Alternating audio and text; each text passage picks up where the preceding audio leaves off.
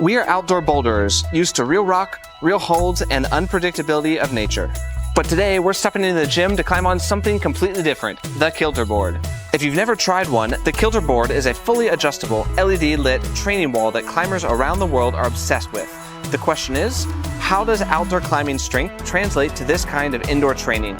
In this video, we'll throw ourselves at problems of a variety of different grades, testing our technique, power, and finger strength on one of the most high-tech climbing tools out there. So let's find out just how hard we can climb and if the Kilter Board serves us a piece of humble pie.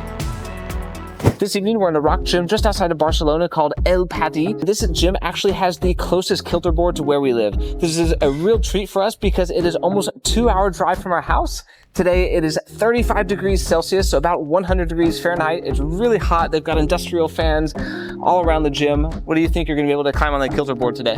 Maybe V6, V7, but I'm not sure. I'd be pretty stoked if I got a V9 here on the Kilter Board, but I have absolutely no idea how the grading really works because we've only done, I think, Twice. 2 or 3 other Kilter Board sessions in our climbing careers ever. So let's give it a shot with some warm-up climbs.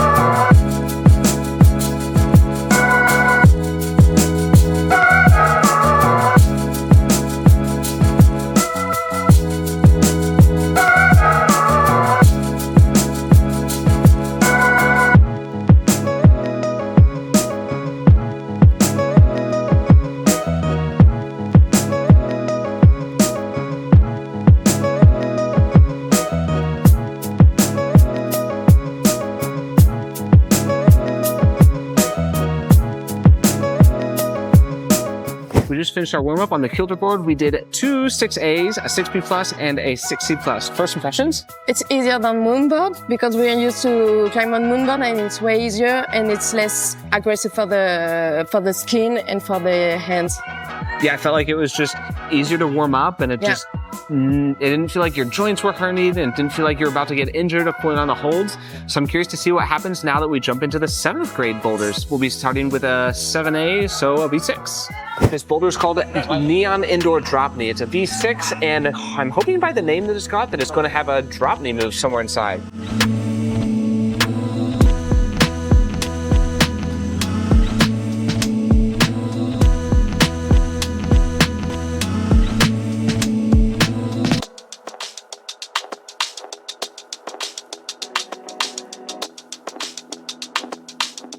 It's easier with the good beta. Well, I don't think there was a drop knee, but second time was a charm. Really smooth climb. I just flashed this V6 and you won't see it because Alex forgot to film it. But I flashed it and he didn't. So you have to watch Alex falling.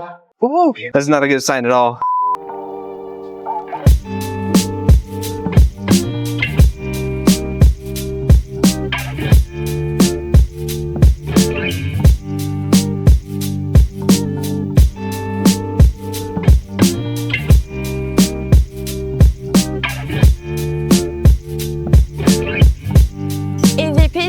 This boulder is Mario's Angels, the V8, and if I understand correctly, it is set by Sharma. On the Moonboard, the V8 range is kind of where I start running into difficulties, so we're going to see if this compares. Looks pretty cool. I think there's going to be a tricky last move off of a really shallow crimp.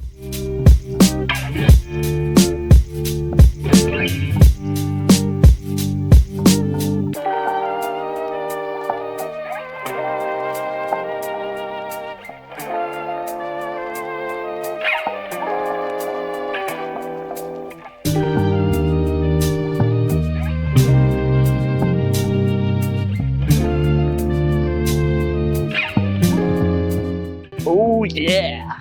I actually wasn't expecting to flash that. This kind of like second to last blue crimp is really kind of like slopey, so I thought it was gonna ping off, but that's pretty cool. I don't usually flash 7Bs on the Moonboard, so glad to get one under the belt.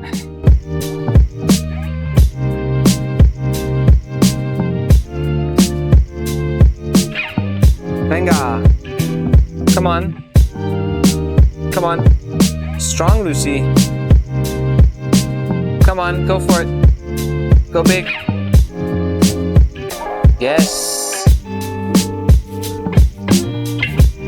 Come on, trust it. Ooh. Come on! Yeah! I've never been able to flash a V8 on a moonboard because it's so hard.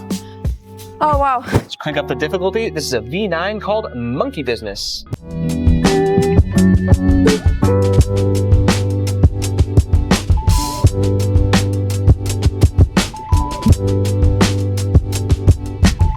Come on. Give it hold. Come on. Nice. Oh, that's far. Those are really big jumps. Just catching like all the holes in extension. I'm actually not sure if I'm gonna be able to do that climb. Felt pretty powerful. Climb up and see if I can do that last move that I just fell on.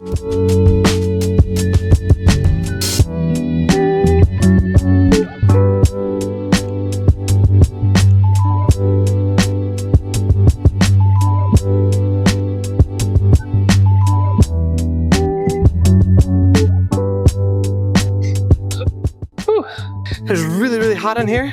There's a little bit spooky crossing out. I thought I was just gonna rip off the left-hand hold. Felt really kind of like grimy.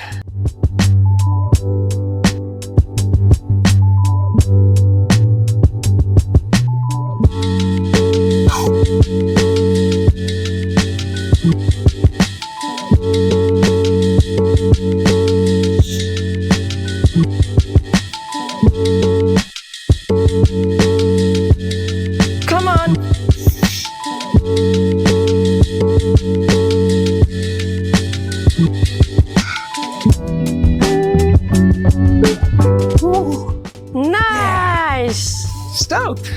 I got a little bit nervous for that. Not gonna lie.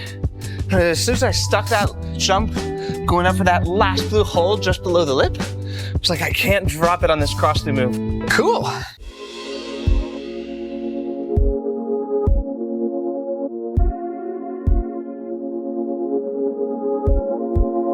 Come on. Really strong. Nice, Lucie.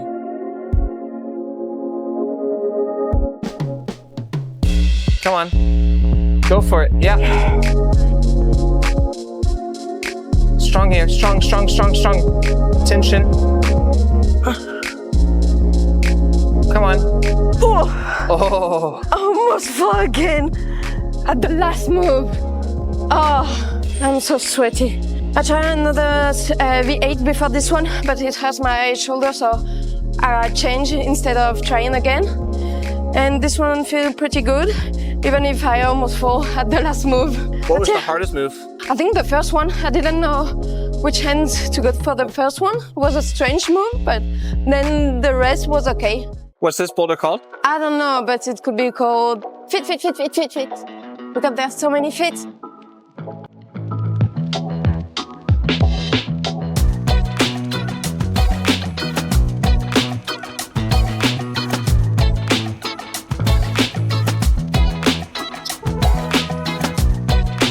Come on. Come on. Come on. Hard on this one. Come on. Yes. Come on, you got it.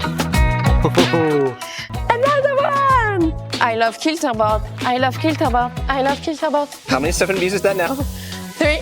And a fall at the top? Yeah. This is on fire. Climb I'm about to try is a V10 called Tighe.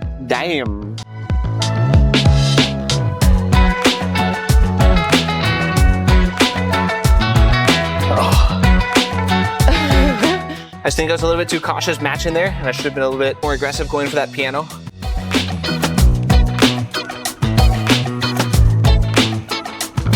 Oh, this one is really bad. Looks big, but it's not.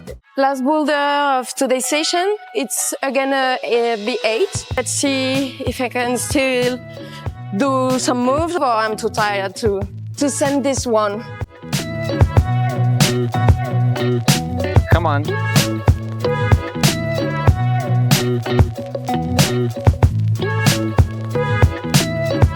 Come on. Come on. Come on.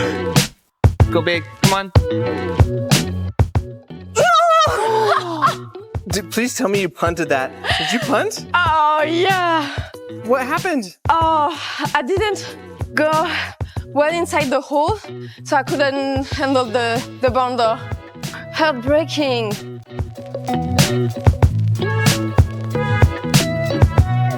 Come on. Nice. Come on, go for it. Come on, come on. Nice. Come on. Yeah. It's a good one. Come on. Nice. Yeah. There's a nice boulder to end the session. We're able to flash it. Looks like we're gonna have to wrap it up here and book it out as fast as we can. Well, if you couldn't tell, we're in another rock climbing gym because in an interesting turn of events, we got kicked out of the gym we were in yesterday evening. It turns out we had completely made a mistake when looking at Google. The closing time that they had listed was the closing time of the bar, and the rock gym actually closed way earlier than we had thought.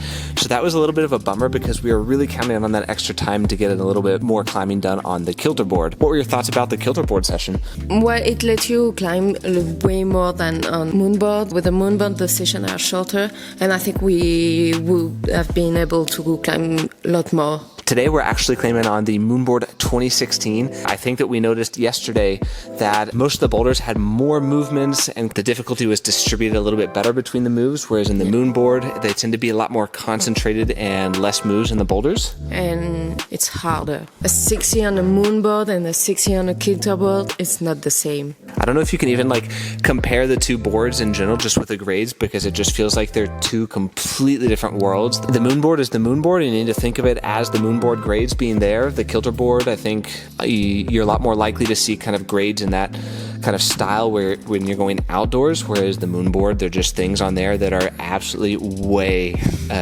more sandbagged than they need to be. The Kilter Board, it doesn't require that much finger strength. You can climb a lot without feeling your finger tired.